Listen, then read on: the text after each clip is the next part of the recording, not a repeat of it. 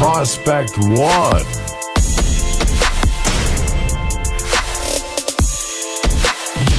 The Milwaukee Brewers. Top 10 on the Milwaukee Brewers minor league system. Number 1, I got me some Lewis Brinson. Number 2, Keston Hiura. Number 3, Monty Harrison. Number 4, Isan Diaz. Number 5, Tristan Lutz. Number 6, Mauricio Dubon. Number 7, Corbin Burns. Number 8, Lucas Urseg. Number 9, Corey Ray. And number 10, Brandon Woodruff. And that almost feels like we're just scratching the surface because this system is loaded. And it's funny because I see and recognize a lot of the names underneath your top 10 because that top 10 is fairly deep. And then you have guys on this list that have fallen like Brett Phillips, Luis Ortiz, Jake Gatewood. Do you remember, do you see, where's Trent Clark, Bogman? Do you see him?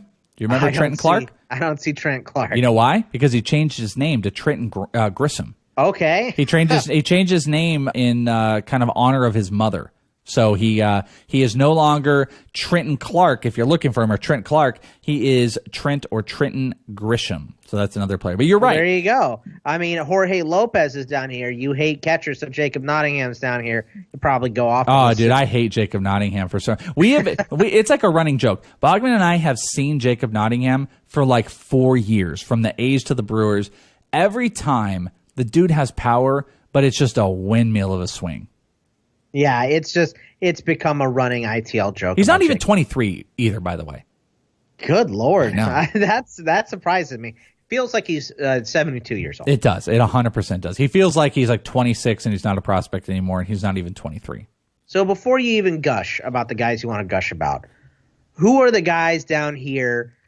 Post your top 10. They don't have to be guys I mentioned, but guys that you're thinking could make a bigger impact. So let's do that first and then the gushing, because there's a lot to talk about. Okay, yeah, there's a lot of guys to look at. The number 1 international prospect that they got, Larry Ernesto, I was lucky enough unfortunately, with how the international class worked this year, a lot of the guys went on the East Coast side, on the GCL side, which I just don't have access to. I'm out here in Arizona.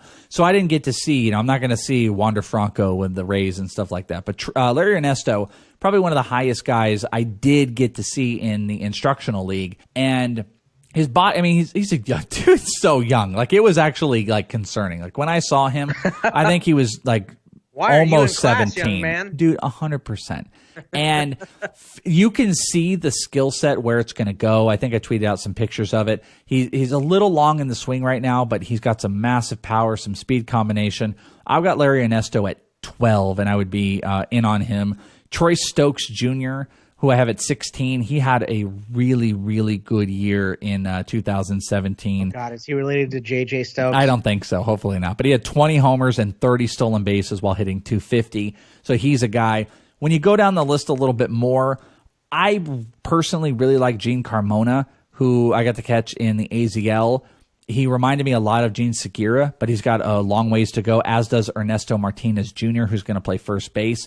Both of those guys are very, very far away, but I think their skill set's pretty high. And then if you look down the list, there's a couple deeper names. We're in the 400s right now of Gabriel Garcia, the first baseman, Aaron Familia, 18-year-old third baseman. Those are a couple guys to get pretty excited about. Those are some post-top 10. And, of course, Jake Gatewood did not make my top 10, who I always love. I think he's got interesting power. He always kind of reminded me of George Springer, but I was a little concerned with how stiff he looked in the Arizona Fall League. So I kind of bumped him down a little bit because I feel like increasingly he's riskier. Plus, he also moved to first base, and he's not, like, awesome there. All right, how much does it hurt you every time you see Isan Diaz on this list? It does. You mean like with because the Diamondbacks had to trade him to get Gene Segura, and then essentially, I mean, we essentially got. I mean, we have Taijuan Walker, so yeah, I guess that's true. Okay. We got Ketel Marte, and we always joke Ketel One, Ketel Marte and Taijuan Walker for Isan Diaz, but it does hurt. I think Isan Diaz is such an interesting five-tool talent who had a pretty bad 2017, and so many people are out on him. He hit 222 with 13 homers and 9 stolen bases, but he's coming off of 2016 where he hit 20 homers and 11 stolen bases with a 264 average. I think Hassan Diaz at second base is what you want to be on. Like what's really cool about him and a guy like maybe like Shed Long, who we'll actually talk about here shortly with the Reds, these are guys that had some kind of underperforming points in the season that might have made people cool off on their prospect value, but the positions that they play and the power speed combo that they offer, you should take the risk on him. I've kind of wavered in my ranking with Hassan Diaz multiple times. He's been in the top 100. He's been out, in, out, and he got back in, and he's going to stay in. He could play shortstop or second base, and I think he could be a pretty interesting fantasy guy, but he's going to need a little bit more time. But yes, it does hurt as a Diamondback fan. You know, the top 3 guys are all great names, but they seem like they're at the bottom of like a sexy factor.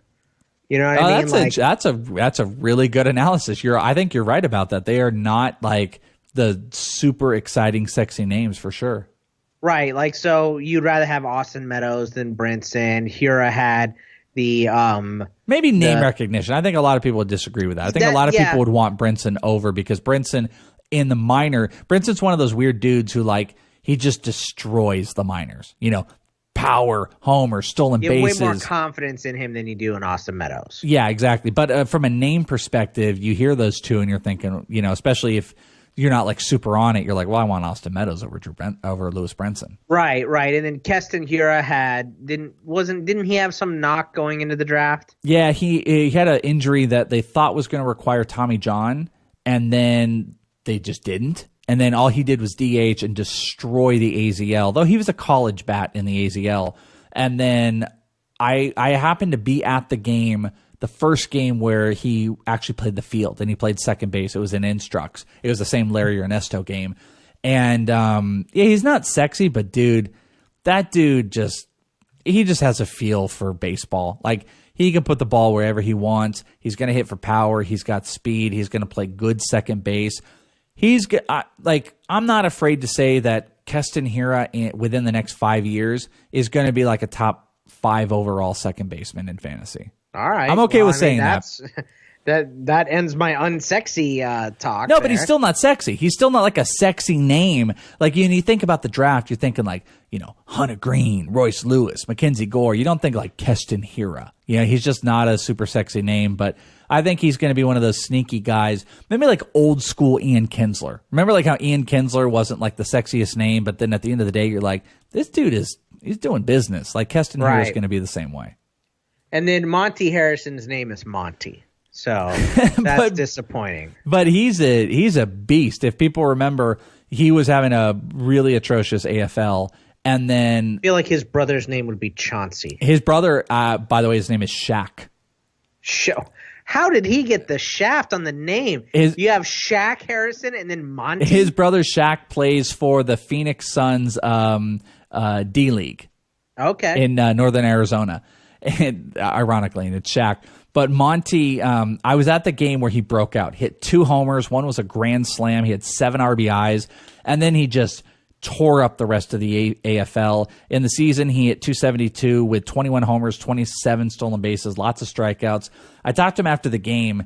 Someone had told me this beforehand, like way before I met him, was that like Monty loves to talk about Monty a little bit, you know? And then I talked to him and I was he should change his name to Trenton. Yeah, there you go. And then all of a sudden, like, you know, I was talking with Monty and I was like, killer game. He's like, yeah, man. He's like, someone already got the video out. And I was like, that was me. I'm like, that was me actually. Cause I tweeted the grand slam out and he was like super excited about that. And his brother was there and a couple other dudes. So, you know, I think he digs being successful. And I know that's a dumb statement, but like, you know, some people, that's just not where they're at. Monty Harrison is the epitome of 5-tool players. But what's so weird about him is he's like a lot of these other guys that the Brewers have. Keon Broxton. You know, at one time they had Carlos Gomez, Lewis Brinson. I got no idea where the average is going to go. Monty Harrison might go the way of Keon Broxton where he could steal 20, but this dude is a physical beast. He looks like a freaking football player. No doubt in my mind, if he can hit 260 or above, he is hitting 25 plus homers, and he's going to steal some bases. So he is worth the risk. What happened to Lucas Erceg? Why don't you like him anymore? I actually really like Lucas Erceg. I was just like, your rankings say otherwise. Yeah, I guess they do. He was really nice. He was really cool with my kid. He sat and talked with my kid for 2 minutes, asking him questions to the point where my kid didn't even know how to answer them. I really like Lucas Erceg, but he kind of reminds me of maybe a super utility player. I know he plays third base. Maybe he could even play some second. 6'3", 200. He had 259, 15 homers, 2 stolen bases. I don't know. I think he could be a regular in the majors, but he might struggle to try to find the room. They might, because I don't think he exemplifies prototypical power or that you would want from corner infield. But I don't know. Personally, I'm way higher on Lucas Erceg as a person than fantasy. I'm just not sure how it's 100% going to translate because he's kind of fallen off from his 2016 start, but I'm not out on him. I think I still got him in the top, I got him in the top 50 still. I'm not out. Wasn't Corey Ray 5th overall in the draft, 6th overall in the draft? Why did he fall? Because it's just not, it's not good. I don't want to say he's not good. What I like about Corey Ray is he's still got the excitement for the game, even though he had a really bad season. 238, 7 homers, he had 24 stolen bases, but so many strikeouts. And he had a horrible AFL, but he just kept chugging. He kept working. He's 23 years old. I'm afraid. God, I'm looking at his numbers. They're horrible, dude. He hasn't hit over 247 since pro ball. And I mean, I'm not sure, to be honest with you, if he hit over 220 in the AFL. I'm not looking at it right now. He is super fast, and he can make some bad contact turn into hits. I just don't know if this guy's ever going to hit well for power, and I think he's going to struggle. Maybe he'll be a late bloomer, though. That's why you don't give up. Yeah, you don't drop him way off your list. You don't completely give up. And to the point, I would say, skills there. Just has to put it together. I don't think he has the value to go move him. I don't think there's the value to try to get out on Corey Ray. I think you should hold. I think if you own Corey Ray, you should hold him because it's not worth moving him. If you're selling now, you're selling at his all-time low. And I'm not against if someone. How does he get lower? He retires. Yeah, dude. Well, he's a quad A player. At the point, I don't even know if I'm against maybe trading for him if someone is so out on him. But the problem is there's still name value. People might not want to let go. So at the end of the day, I say all parties just don't mess with Corey Ray. Don't try to acquire him. Don't try to sell him. Let's see what this year does. If it doesn't pan out, you release him or you don't trade for him. Corey Ray is an enigma, and I'm not necessarily optimistic, but if he became the quote-unquote one of the best college hitters when he was drafted that we expect, then you would have probably a 15-homer, 25-plus stolen base guy that could hit for decent out. He'd probably be A.J. Pollock. He'd probably be like an A.J. Pollock type of guy. Anything else to talk about with the Brewers? I love Mauricio Dubon. I love him. He seemed like he kind of dropped a little bit too.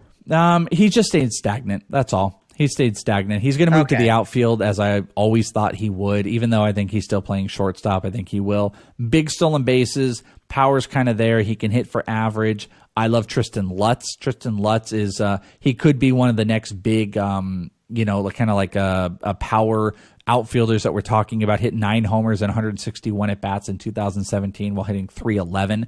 So Tristan Lutz and Mauricio Dubon I would go take a look at. But other than that, I mean, it's important to talk about those two, but I think we covered the Brewers nice and well.